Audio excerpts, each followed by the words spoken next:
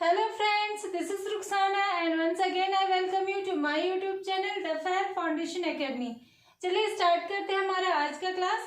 Friends, हमने हमारी पिछली क्लास में हमने कुछ वन लाइनर क्वेश्चंस को देखा था। मैंने पहले भी बताया था कि मैंने अभी 100 वन लाइनर क्वेश्चंस का सीरीज स्टार्ट किया है, जिसमें से हमने प्रीवियस क्लास में 35 क्वेश्चंस को देखा था। चलिए आज हम कुछ और भी महत्वपूर्ण प्रश्नों को देखते हैं, उसी सीरीज को आगे बढ़ाते हैं। बट उससे पहले फ्रेंड्स, जो भी मेरे चैनल में नए हैं, मैं उनसे रिक्वेस्ट करती हूँ कि प्लीज़ मेरे चैनल को लाइक, शेयर और सब्सक्राइब कर दें, जिससे मेरे आने वाले अगले क्लासेस के भी नोटिफिकेशंस आपको मिलते रहे। और साथ ही साथ मेरी क्लास को लाइक ज़रूर कीजिए फ्रेंड्स, उससे हमें बहुत मोटिवेशन मिलता है। प्लीज़ लाइक, शेयर और सब्सक्राइब करें। चलिए स्टार्ट करते हैं हमारा आज का क्लास। चलिए देखते हैं कुछ और भी महत्वपूर्ण प्रश्नों को। हमारा पहला प्रश्न है, रांची विश्वविद्यालय रांची की स्थापना कब हुई थी? तो रांची विश्वविद्यालय की स्थापना कब हुई थी? ये हुई थी 1960 में। फ्रेंड्स, रांची विश्वविद्यालय की स्थापना कब हुई थी? तो ये हुई थी 1960 में। नेक्स्ट है हमारा, झारखंड में इंडोर स्टेडियम कहाँ है? इंडोर स्टेडियम कहाँ है झारखंड में? तो वो है दुमका में। दुमका कहाँ है? तो दुमका है हमारे संथाल परगना में। नेक्स्ट है हमारा, रामलीला कहानी संग्रह के लेखक कौन है? तो रामलीला कहानी संग्रह के लेखक कौन है? राधा कृष्ण जी ने रामलीला कहानी को लिखा था। नेक्स्ट है, झारखंड के वर्तमान राज्यपाल कौन है? फ्रेंड्स, अगर आप लोगों को याद होगा कि मैंने प्रीवियस क्लास में झारखंड के प्रथम राज्यपाल के बारे में बताया था कि वो कौन है। अगर आप लोगों को याद है कि झारखंड के प्रथम राज्यपाल कौन थे, तो उसे कमेंट बॉक्स में लिखकर जरूर बताएं। अभी हम इस झारखंड के वर्तमान राज्यपाल को देखते हैं, तो वो कौन है? द्रौपदी मुर्मू। झारखंड के वर्तमान राज्यपाल कौन है? द्रौपदी मुर्मू। और पिछले क्लास में मैंने बताया था कि प्रथम राज्यपाल कौन थे। अगर याद है तो प्लीज कमेंट बॉक्स में कमेंट करके बताएं। नेक्स्ट है हमारा, किस जनजाति में मुर्दों को दफनाने तथा जलाने दोनों का प्रचलन है? किस जनजाति में मुर्दों को जलाने और दफनाने दोनों का प्रचलन है? तो वो है उरांव जनजाति में। फ्रेंड्स, उरांव जनजाति के बारे में मैंने और भी कुछ बातें आप लोगों को बताई थी कि उरांव जनजाति का युवा गृह क्या है। तो उरांव जनजाति के युवा गृह को क्या कहते हैं? वो है हमारा धुमकुड़िया। चलिए नेक्स्ट हम देखते हैं, उधवा झील पक्षी कहाँ स्थित है? उधवा झील पक्षी कहाँ स्थित है? वो है साहेबगंज में। और साहेबगंज का है तो ये भी हमारा है संथाल परगना में। नेक्स्ट है हमारा कोल विद्रोह का प्रभावित क्षेत्र। तो कोल विद्रोह का प्रभावित क्षेत्र कौन सा था? वो था हमारा सिंहभूम का क्षेत्र। नेक्स्ट है, झारखंड में तेजस्विनी योजना कब प्रारंभ हुई? फ्रेंड्स, योजनाओं के बारे में हमें बहुत बार एग्जाम्स में पूछा जाता है, तो योजनाओं का मैं एक क्लास सेपरेट से लूंगी, जिसमें मैं सारी योजनाओं को इंक्लूड करूंगी और उनके डेट के बारे में बताऊंगी, उनकी क्या क्या विशेषताएं हैं, उन योजनाओं को क्यों लागू किया, उनके बारे में बताऊंगी।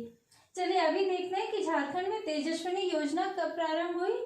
तो वो हुई थी हमारी 1 मार्च 2017 को। नेक्स्ट है, किस जनजाति को दांगर भी कहा जाता है? तो वो कहा जाता है कोरा जनजाति को। कोरा जनजाति को दांगर भी कहा जाता है, दांगर। नेक्स्ट है, झारखंड में किस जनजाति में पंचायत को बैठकी कहा जाता है? पंचायत को बैठकी कहा जाता है, तो वो है खरवार जनजाति। झारखंड में किस जनजाति में पंचायत को बैठकी कहते हैं? तो वो है खरवार जनजाति को। नेक्स्ट है, झारखंड के किस क्षेत्र में चपरी मेला लगता है? चपरी मेला कहाँ लगता है? तो वो लगता है बरवाडी स्थान में। बरवाडी नामक स्थान में चपरी मेला लगता है। नेक्स्ट है, असुर जनजाति अपने शाम के खाना को क्या कहते हैं? असुर जनजाति अपने शाम के खाना को क्या कहते हैं? तो वो कहते हैं नियारी छोटू जोमकू। नियारी छोटू जोमकू कहते हैं वो अपने शाम के खाना को। नेक्स्ट है, झारखंड में सबसे लंबा राष्ट्रीय राजमार्ग कौन सा है? तो झारखंड का सबसे लंबा राष्ट्रीय राजमार्ग कौन सा है? NH-33। यही हमारे झारखंड से गुजरने वाली सबसे लंबी नेशनल हाईवे है। नेक्स्ट है हमारा, झारखंड में किनका उपनाम हरि बाबा है? तो किसे हरि बाबा के नाम से भी जाना जाता है झारखंड में? तो दुका हो को हरि बाबा के नाम से भी जाना जाता है। फ्रेंड्स, इसी तरह कुछ और भी क्वेश्चन है, चलिए देखते हैं।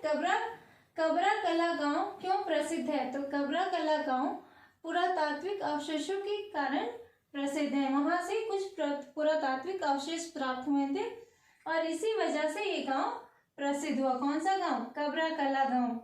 नेक्स्ट है, झारखंड की पहली अंतर्राष्ट्रीय महिला हॉकी खिलाड़ी कौन है? तो झारखंड की पहली अंतर्राष्ट्रीय महिला हॉकी खिलाड़ी सावित्री पुत्ती है। सावित्री पुत्ती हमारे झारखंड की पहली इंटरनेशनल हॉकी खिलाड़ी है। नेक्स्ट है हमारा, करो या मरो अंग्रेजों हमारी माटी छोड़ो। करो या मरो अंग्रेजों हमारी माटी छोड़ो का नारा किसने दिया था? तो ये नारा किसने दिया था? सिद्धू भगत। सिद्धू भगत ने क्या नारा दिया था? करो या मरो अंग्रेजों हमारी माटी छोड़ो।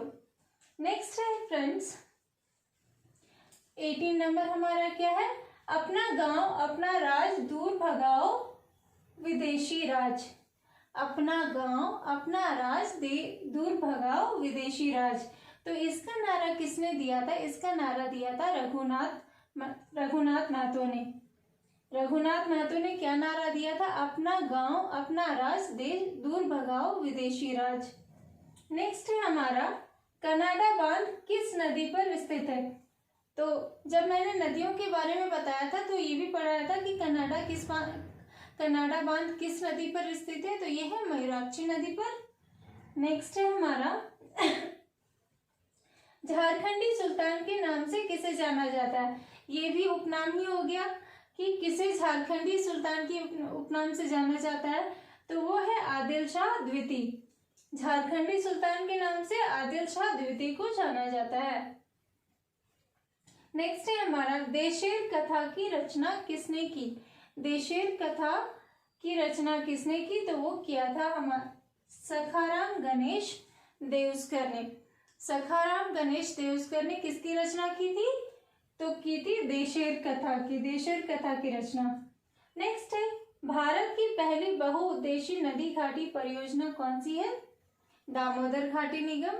दामोदर घाटी परियोजना जिसे कहते हैं, ये किस नदी पर बना हुआ है? ये दामोदर नदी पर बना हुआ है और दामोदर नदी झारखंड की सबसे लंबी नदी है, साथ ही झारखंड की सबसे प्रदूषित नदी भी है। इसे देव नदी या देव नदी भी कहा जाता है।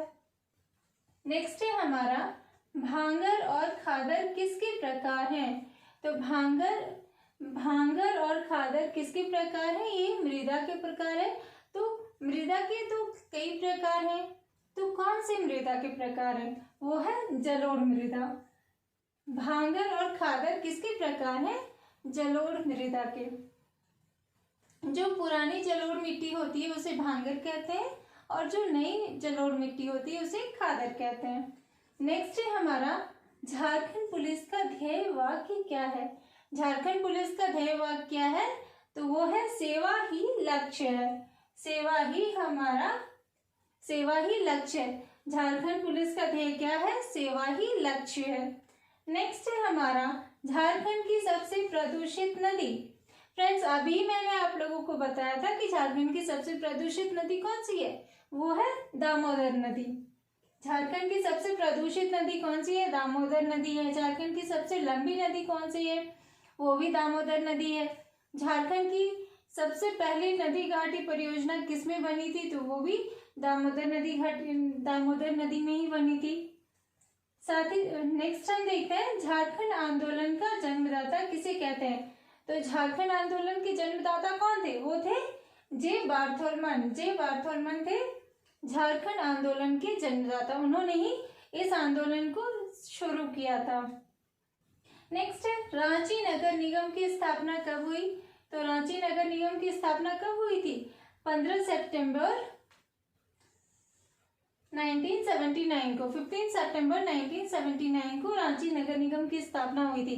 फ्रेंड्स, झारखंड में नगर निगमों की संख्या कितनी है? तो वो है 9 और रांची नगर निगम की स्थापना कब हुई थी? 15 सितंबर 1979 को। नेक्स्ट है, किस जिले में सर्वाधिक संख्या में बाल श्रमिक कार्यरत हैं? बाल श्रमिक, तो किस जिले में सर्वाधिक बाल श्रमिक है? तो वो है रांची जिले में।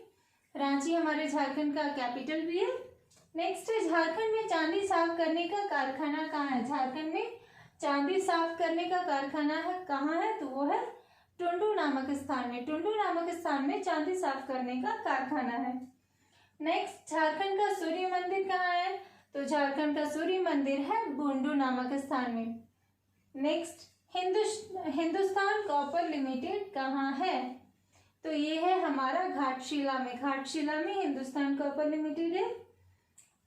नेक्स्ट हमारा है, छोटा नागपुर काश्तकारी अधिनियम कब लागू हुआ? ये हुआ था 1908 में। छोटा नागपुर काश्तकारी अधिनियम 1908 में लागू हुआ था। फ्रेंड्स, हमारे एग्जाम में CNT और SPT से बहुत सारे प्रश्न पूछे जाते हैं, तो इसके लिए भी मैं एक अलग से आप लोगों को क्लास दूंगी। उसके लिए मैं आप लोगों को पहले से बता दूंगी कि उसका क्लास कब होगा। चलिए देखते हैं। नेक्स्ट हमारा क्या, झारखंड में खेल नीति कब अनुमोदित की गई? तो झारखंड में खेल नीति कब अनुमोदित की गई थी? वो हुई थी 2007 में। 2007 में झारखंड में खेल नीति अनुमोदित की गई थी। नेक्स्ट फिर क्या है, झारखंड में अर्थव्यवस्था का मुख्य आधार क्या है? तो हम जानते हैं कि हमारा झारखंड एक कृषि प्रधान देश है। यहाँ का मुख्य आधार क्या है अर्थव्यवस्था का? तो वो है कृषि। झारखंड में अर्थव्यवस्था का मुख्य आधार क्या है? कृषि ही है। नेक्स्ट है, झारखंड सरकार को सर्वाधिक आय किस क्षेत्र से प्राप्त होती है? तो वो प्राप्त होती है वाणिज्य कर से। सबसे ज्यादा आय झारखंड सरकार को कहाँ से मिलता है? वो है वाणिज्य कर से। तो फ्रेंड्स, ये हमारे कुछ और प्रश्न थे जो मैंने सीरीज स्टार्ट किया 100 मोस्ट इम्पोर्टेंट क्वेश्चंस का। तो उसमें से 35 मैंने प्रीवियस क्लास में लिया था, 35 आज लिया। बाकी के नेक्स्ट क्वेश्चंस को मैं अगले क्लास में कंटिन्यू करूंगी। तब तक के लिए अलविदा चाहती हूँ। और फ्रेंड्स, आप लोगों को मेरा ये क्लास कैसा लगा प्लीज़ कमेंट करके बताएं। और जो भी लोग मेरे क्लास में नए हैं प्लीज़ मेरे चैनल को लाइक, शेयर और सब्सक्राइब कर दें। Thank you.